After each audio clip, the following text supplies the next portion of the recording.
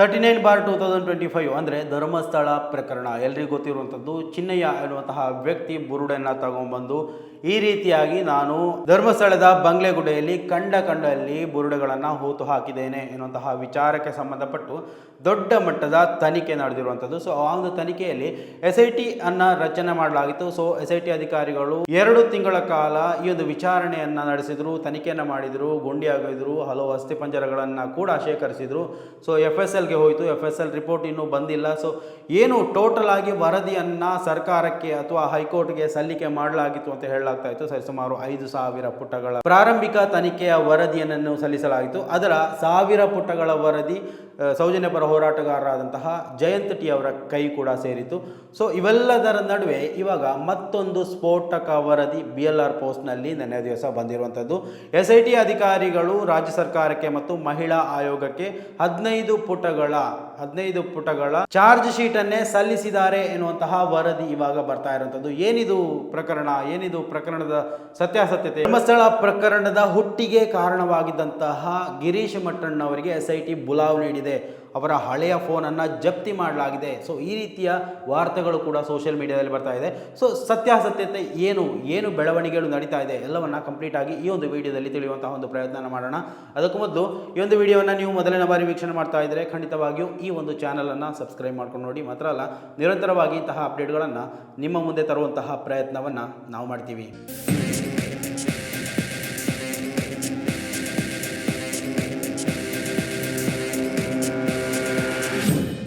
ನಿನ್ನೆಯಿಂದ ಸೋಷಿಯಲ್ ಮೀಡಿಯಾದಲ್ಲಿ ವೈರಲ್ ಆಗ್ತಾ ಇರುವಂತಹ 2 ಮ್ಯಾಟರ್ಗಳು, ಅದು ಕೂಡ ಇದೇ ಧರ್ಮಸ್ಥಳ ಪ್ರಕರಣ 39/2025ಗೆ ಸಂಬಂಧಪಟ್ಟದ್ದು. ಒಂದು SIT ವಿಚಾರಕ್ಕೆ ಸಂಬಂಧಪಟ್ಟಾಗಿದ್ದರೆ ಇನ್ನೊಂದು ಗಿರೀಶ್ ಮಟ್ಟಣ್ಣವರ ವಿಚಾರಕ್ಕೆ ಸಂಬಂಧಪಟ್ಟು. ಮೊದಲು ಗಿರೀಶ್ ಮಟ್ಟಣ್ಣವರಿಗೆ ಸಂಬಂಧಪಟ್ಟಂತಹ ಒಂದು ಪೋಸ್ಟರ್ ಸೋಷಿಯಲ್ ಮೀಡಿಯಾದಲ್ಲಿ ವೈರಲ್ ಆಗ್ತಾ ಇದೆ. ಸೊ ಏನದು, ಯಾವ ವಿಚಾರಕ್ಕೆ ಸಂಬಂಧಪಟ್ಟು ಅಂತ ಹೇಳಿದರೆ SIT ಗಿರೀಶ್ ಮಟ್ಟಣ್ಣವರನ್ನು ಬುಲಾವ್ ಮಾಡಿದೆ. ಮಾತ್ರ ಅಲ್ಲ, ಬೆಳ್ತಂಗಡಿಯ SIT ಕಚೇರಿಗೆ ಗಿರೀಶ್ ಮಟ್ಟಣ್ಣವರು ಹೋಗಿದ್ದಾರೆ ಎನ್ನುವಂತಹ ಮಾಹಿತಿ ಕೂಡ ಆ ಒಂದು ಪೋಸ್ಟರ್ನಲ್ಲಿ ಲಭ್ಯ ಆಗಿರುವಂಥದ್ದು. ಸೊ ಏನು ಅನ್ನೋದನ್ನು ಗಮನಿಸ ಹೋಗೋಣ. SIT ಕಚೇರಿಗೆ ಹಾಜರಾದ ಗಿರೀಶ್ ಮಟ್ಟಣ್ಣವರ ಹಳೆಯ ಮೊಬೈಲ್ ವಶಕ್ಕೆ ಪಡೆದ SIT ಟೀಮ್ ಅಂತ ಬರ್ಕೊಂಡಿರುವಂಥದ್ದು. ಅಲ್ಲೇ ಒಂದು ಪೋಸ್ಟರ್ ಕೂಡ ನೋಡಲಿಕ್ಕೆ ಸಾಧ್ಯ ಆಯಿತು.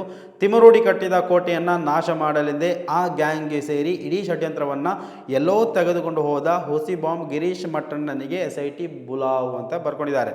ಆತನ ಬಳಿ ಇರುವ ಹಳೆಯ ಮೊಬೈಲನ್ನು ಜಪ್ತಿ ಮಾಡಿ ವಿಚಾರಣೆ ನಡೆಸಿದ ಅಧಿಕಾರಿಗಳು. ಕತೆ ಇನ್ನೂ ಮುಗಿದಿಲ್ಲ, ಎಲ್ಲ ದರ್ಬೇಸಿಗಳು, ಯಾವುದೋ ಒಂದು ಬ್ಯಾಡ್ ವರ್ಡ್ ಅಂತ ಕಾಣಿಸುತ್ತೆ, ಜೈಲೂಟ ತಿನ್ನೋದು ಖಚಿತ ಅಂತ ಈ ಒಂದು ಪೋಸ್ಟರಲ್ಲಿ ಗೊತ್ತಾಗ್ತಾ ಇರುವಂಥದ್ದು. ಯಾರೋ ಈ ಒಂದು ಪೋಸ್ಟರನ್ನು ನನ್ನ ವಾಟ್ಸಪ್ಗೆ ಕಳಿಸ್ಕೊಟ್ಟಿದ್ರು. ಸೊ ಆ ಒಂದು ಕಾರಣಕ್ಕೆ ಇದು ಯಾವ ಅಪ್ಡೇಟ್ ಅಂತ ಗೊತ್ತಿಲ್ಲ. ಓಕೆ, MahaExpress.com ಈ ಒಂದು ನ್ಯೂಸ್ ಬಂದಿದೆ. ಸೊ ಅದು ಏನು ಅನ್ನೋದನ್ನು ಮೊದಲು ಗಮನಿಸೋಣ. MahaExpress ವೆಬ್ ಪೋರ್ಟಲ್ನಲ್ಲಿ ಬಂದಂತಹ ವಾರ್ತೆ, ಗಿರೀಶ್ ಮಟ್ಟಣ್ಣವರ ವಿರುದ್ಧ ಪ್ರಕರಣ ದಾಖಲು, ತನಿಖೆಗೆ ಹಾಜರಾಗಲು ನೋಟಿಸ್ ಜಾರಿ ಮಾಡಿದ ಧರ್ಮಸ್ಥಳ ಪೊಲೀಸರು ಅನ್ನುವಂತಹ ಒಂದು ವಾರ್ತೆ ನೋಡಲಿಕ್ಕೆ ಸಾಧ್ಯ ಆಗ್ತಾ ಇದೆ.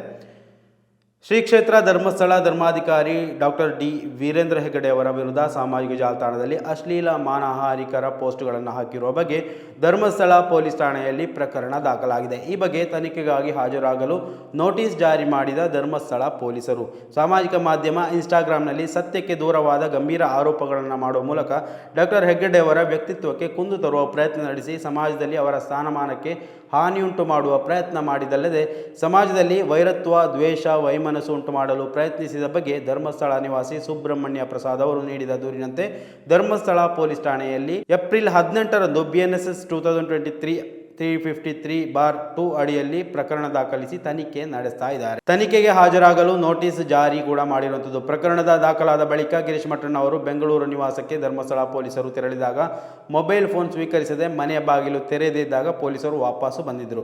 ಬುರುಡೆ ಪ್ರಕರಣ ಸಂಬಂಧ ಬೆಳ್ತಂಗಡಿ SIT ಕಚೇರಿಗೆ ಮೇ 7ರಂದು ಗಿರೀಶ್ ಮಟ್ಟಣ್ಣವರು ಹಾಜರಾಗಿರುವ ಬಗ್ಗೆ ಮಾಹಿತಿ ಪಡೆದ ಧರ್ಮಸ್ಥಳ ಸಬ್ ಇನ್ಸ್ಪೆಕ್ಟರ್ ಸಮರ್ಥ ಆರ್ ಗಾಣಿಗೇರ ನೇರವಾಗಿ SIT ಕಚೇರಿಗೆ ತೆರಳಿ ನೋಟಿಸ್ ಸ್ವೀಕರಿಸಿದ 1 ವಾರದ ಒಳಗೆ ಧರ್ಮಸ್ಥಳ ಪೊಲೀಸ್ ಠಾಣೆಗೆ ಹಾಜರಾಗುವಂತೆ ಗಿರೀಶ್ ಮಟ್ಟಣ್ಣವರವರಿಗೆ ನೋಟಿಸ್ ಜಾರಿ ಮಾಡಲಾಗಿದೆ ಅಂತ MahaExpress ವೆಬ್ಸೈಟ್ಗೆ ಮಾಹಿತಿ ಲಭ್ಯವಾಗಿದೆ. ನೋಡಿ, ಅಂದರೆ ಸುಬ್ರಹ್ಮಣ್ಯ ಅವರು ನೀಡಿದ ದೂರಿನಂತೆ ಏಪ್ರಿಲ್ 18ರಂದು ಪ್ರಕರಣ ದಾಖಲಾಗಿದ್ದು, ಈ ಒಂದು ಧರ್ಮಸ್ಥಳ ಶ್ರೀ ಕ್ಷೇತ್ರ ಧರ್ಮಸ್ಥಳದ ಧರ್ಮಾಧಿಕಾರಿ ಡಾಕ್ಟರ್ ವೀರೇಂದ್ರ ಹೆಗಡೆ ಅವರನ್ನು ಏನೋ ಇನ್ಸ್ಟಾಗ್ರಾಮ್ನಲ್ಲಿ ಬೈದಿದ್ದಾರೆ ಹಾಗೆ ಹೀಗೆ ಅಂತ ಹೇಳಿಕೊಂಡು ದೂರನ್ನು ದಾಖಲಿಸಿರುವಂಥದ್ದು. ಸೊ ಅವರ ಮನೆಗೆ ಬೆಂಗಳೂರಿಗೆ ಹೋಗಿ ನೋಟಿಸ್ ಕೊಡುವಂತಹ ಸಂದರ್ಭದಲ್ಲಿ ಅವರಿಗೆ ಸಿಕ್ಕಿಲ್ಲ, ಅಂದರೆ ಮನೆ ಓಪನ್ ಮಾಡಿಲ್ಲ ಅಥವಾ ಮನೆ ಕ್ಲೋಸ್ ಆಗಿತ್ತಾ ನೋಟಿಸನ್ನು ಅಂಟಿಸಿ ಬಂದಿರುವಂಥದ್ದು. ಸೊ SIT ಕಚೇರಿಗೆ ಗಿರೀಶ್ ಮಠಣ್ಣವರು ಬಂದಿದ್ದಾರೆ ಎನ್ನುವಂತಹ ಮಾಹಿತಿ ಸಿಕ್ಕ ಇದೇ ಸಮರ್ಥ ಗಾಣಿಗೇರ ಅವರು ನೇರವಾಗಿ SIT ಕಚೇರಿಗೆ ಹೋಗಿ ನೋಟಿಸನ್ನು ಕೊಟ್ಟಿರುವಂಥದ್ದು. 1 ವಾರದ ಒಳಗೆ ಹಾಜರಾಗಬೇಕು ಎನ್ನುವಂತಹ ವಿಚಾರ ಇವತ್ತು ಗೊತ್ತಾಗ್ತಾ ಇರುವಂಥದ್ದು. ಸೊ ಇದು ಯಾವುದು ಒಫಿಷಿಯಲ್ ಆಗಿ ಗೊತ್ತಾಗಿರುವಂಥದ್ದಲ್ಲ, ಈ ಒಂದು ವೆಬ್ ಪೋರ್ಟಲ್ ಮುಖಾಂತರ ಗೊತ್ತಾಗಿರುವಂತಹ ಒಂದು ವಿಚಾರ. ಇನ್ನು ಎರಡನೇದಾಗಿ ಧರ್ಮಸ್ಥಳ 39/2025 ಪ್ರಕರಣದಲ್ಲಿ SIT ಅಧಿಕಾರಿಗಳು ರಾಜ್ಯ ಸರ್ಕಾರಕ್ಕೆ ಮತ್ತೊಂದು ಮಹಿಳಾ ಆಯೋಗಕ್ಕೆ 15 ಪುಟಗಳ ಆ ಒಂದು ಚಾರ್ಜ್ ಶೀಟನ್ನು ಅಥವಾ ತನಿಖೆಯ ವರದಿಯನ್ನು ಕೊಟ್ಟಿದೆ ಎನ್ನುವಂತಹ ಮಾಹಿತಿ ಲಭ್ಯ ಆಗ್ತಾ ಇರುವಂಥದ್ದು. ಸೊ ಏನು ಅನ್ನೋದನ್ನು ಕೂಡ ಗಮನಿಸ ಹೋಗೋಣ. ರಾಜ್ಯದಲ್ಲಿ ತೀವ್ರ ಕುತೂಹಲ ಕೆರಳಿಸಿರುವ ಧರ್ಮಸ್ಥಳ ಸಮೂಹ ಹೂಳುವಿಕೆ ಪ್ರಕರಣಕ್ಕೆ ಸಂಬಂಧಿಸಿದಂತೆ ವಿಶೇಷ ತನಿಖಾ ತಂಡವು ಬೆಳ್ತಂಗಡಿ ನ್ಯಾಯಾಲಯಕ್ಕೆ ಶೀಘ್ರದಲ್ಲೇ ಮಹತ್ವದ ಸ್ಥಿತಿಗತಿ ವರದಿಯನ್ನು ಸಲ್ಲಿಸಲಿದೆ ಅಂತ BLR ಪೋಸ್ಟ್ ವರದಿ ಮಾಡಿದೆ. ಗೃಹ ಇಲಾಖೆಯ ಉನ್ನತ ಮೂಲಗಳನ್ನು ಉಲ್ಲೇಖಿಸಿ ಈ ಸುದ್ದಿ ಪ್ರಕಟಿಸಲಾಗಿದ್ದು, ವರದಿಯಲ್ಲಿ ತನಿಖೆಯ ವೇಳೆ ಪತ್ತೆಯಾದ ಹಲವು ಭೀಕರ ಮತ್ತು ಸ್ಫೋಟಕ ಸತ್ಯಗಳನ್ನು ಉಲ್ಲೇಖ ಮಾಡಲಾಗಿದೆ ಅಂತ ತಿಳಿದು ಬಂದಿದೆ. ವರದಿಯಲ್ಲಿ ಇರುವಂತಹ ಪ್ರಮುಖ ಅಂಶಗಳನ್ನು ಗಮನಿಸ ಹೋಗೋಣ. 15 ಪುಟಗಳ ಸ್ಫೋಟಕ ವರದಿ ಇದೆ. SIT ಸಿದ್ಧಪಡಿಸಿರುವ ಸುಮಾರು 15 ಪುಟಗಳ ವರದಿಯನ್ನು ಈಗಾಗಲೇ ರಾಜ್ಯ DJ ಮತ್ತು IGP M ಸಲೀಂ ಅವರಿಗೆ ಸಲ್ಲಿಸಲಾಗಿದೆ. ಈ ವರದಿಯ ಪ್ರಮುಖ ಸಾಕ್ಷಿ ಚಿತ್ರಗಳನ್ನು ಒಳಗೊಂಡಿದೆ ಅಂತ ಕೂಡ ಹೇಳಲಾಗ್ತಾ ಇದೆ. FSL ದೃಢೀಕರಣ ಕೂಡ ಆಗಿದೆ. ಬಂಗ್ಲೆಗುಡ್ಡೆಯಲ್ಲಿ ಪತ್ತೆಯಾದ ಅಸ್ಥಿಪಂಜರಗಳ ವಿಧಿವಿಜ್ಞಾನ ಪರೀಕ್ಷೆಯ FSL ವರದಿಗಳು ಲಭ್ಯವಾಗಿದ್ದು, ಕೆಲವು ಮೃತದೇಹಗಳ ಮೇಲೆ ತೀವ್ರವಾದ ದೈಹಿಕ ಹಿಂಸೆ ನಡೆದಿರುವ ಲಕ್ಷಣಗಳು ಕಂಡುಬಂದಿವೆ ಅಂತ ಮೂಲಗಳು ತಿಳಿಸಿರುವಂಥದ್ದು. ಹೊಸದಾಗಿ ಲಭ್ಯವಿರುವ ಸಾಕ್ಷ್ಯಾಧಾರಗಳ ಮೇರೆಗೆ ಹೆಚ್ಚಿನ ತನಿಖೆ ನಡೆಸಲು SIT ಮುಖ್ಯಸ್ಥರು DGP ಅವರಿಂದ ಅನುಮತಿಯನ್ನು ಕೋರಿದ್ದಾರೆ. ಆದರೆ ಈ ಅನುಮತಿ ನೀಡುವಲ್ಲಿನ ವಿಳಂಬವು ಈಗ ಹಲವು ಪ್ರಶ್ನೆಗಳನ್ನು ಹುಟ್ಟುಹಾಕಿದೆ. ಬಂಗ್ಲೆಗುಡ್ಡೆಯಲ್ಲಿ ನಡೆಸಿದ ಬೃಹತ್ ಕಾರ್ಯಾಚರಣೆಯಲ್ಲಿ ಒಟ್ಟು 9 ತಲೆಬುರುಡೆಗಳು ಮತ್ತು ಸುಮಾರು 1000ಕ್ಕೂ ಹೆಚ್ಚು ಮೂಳೆಗಳು ಪತ್ತೆಯಾಗಿದ್ದವು. ಇದರ ಆಧಾರದ ಮೇಲೆ ತನಿಖೆ ತೀವ್ರಗೊಂಡಿದೆ. ವರದಿಗಳ ಪ್ರಕಾರ SIT ಮತ್ತೊಂದು ಬೃಹತ್ ವರದಿಯನ್ನು ಇದೆ, ಅಂದರೆ ಇದೇ ಒಂದು ವರದಿಯನ್ನು ರಾಜ್ಯ ಮಹಿಳಾ ಆಯೋಗಕ್ಕೂ ಸಲ್ಲಿಸಿದೆ ಎನ್ನುವಂತಹ ವಿಚಾರ ಕೂಡ ಗೊತ್ತಾಗ್ತಾ ಇರುವಂಥದ್ದು. ಅಲ್ಲದೆ SIT ಮುಖ್ಯಸ್ಥರಾದ ಪ್ರಣಬ್ ಮೊಹಂತಿ ಅವರು ಶೀಘ್ರದಲ್ಲೇ ದಕ್ಷಿಣ ಕನ್ನಡಕ್ಕೆ ಭೇಟಿ ನೀಡಿ ಮುಂದಿನ ಹಂತದ ತನಿಖೆಯನ್ನು ಸ್ವತಃ ಉಸ್ತುವಾರಿ ವಹಿಸಲಿದ್ದಾರೆ ಅಂತ ಕೂಡ BLR ಪೋಸ್ಟ್ನಲ್ಲಿ ನಾವು ಗಮನಿಸಬಹುದಾದಂಥದ್ದು. ಈಗಾಗಲೇ ಸಾಮಾಜಿಕ ಹೋರಾಟಗಾರರು ಈ ವರದಿಯನ್ನು ಸಾರ್ವಜನಿಕಗೊಳಿಸಬೇಕು ಅಂತ ಒತ್ತಾಯಿಸುತ್ತಿದ್ದು, ಮುಂದಿನ ದಿನಗಳಲ್ಲಿ ಈ ಪ್ರಕರಣವು ಮತ್ತಷ್ಟು ತಿರುವುಗಳನ್ನು ಪಡೆಯುವಂತಹ ಸಾಧ್ಯತೆಗಳು ಕೂಡ ಎದ್ದು ಕಾಣ್ತಾ ಇರುವಂಥದ್ದು. ಇದು BLR ಪೋಸ್ಟ್ ನಿನ್ನೆ ದಿವಸ ವರದಿ ಮಾಡಿದಂತಹ ಒಂದು ಸ್ಫೋಟಕ ಸತ್ಯ ಅಂತ ಹೇಳ್ಬೋದು. ಸೊ ಏನು 39/2025 ಈ ಒಂದು ಕೇಸ್ನಲ್ಲಿ ಏನೆಲ್ಲ ಬೆಳವಣಿಗೆಗಳು ನಡೀತಾ ಇತ್ತು ಅನ್ನೋದರ ಸತ್ಯಾಸತ್ಯತೆ BLR ಪೋಸ್ಟ್ನಲ್ಲಿ ನಾವು ಅತ್ಯಂತ ಆಳವಾಗಿ ಗಮನಿಸಿದಂಥವರು. ಹಲವು ವಿವರಗಳನ್ನು ನೋಡಿ, ಈ ಒಂದು SIT ಮೂಲಗಳಿಂದಲೇ ಸಿಗುತ್ತೆ ಅನ್ನುವಂತಹ ವರದಿಗಳನ್ನು BLR ಪೋಸ್ಟ್ ವರದಿ ಮಾಡ್ತಾ ಇತ್ತು.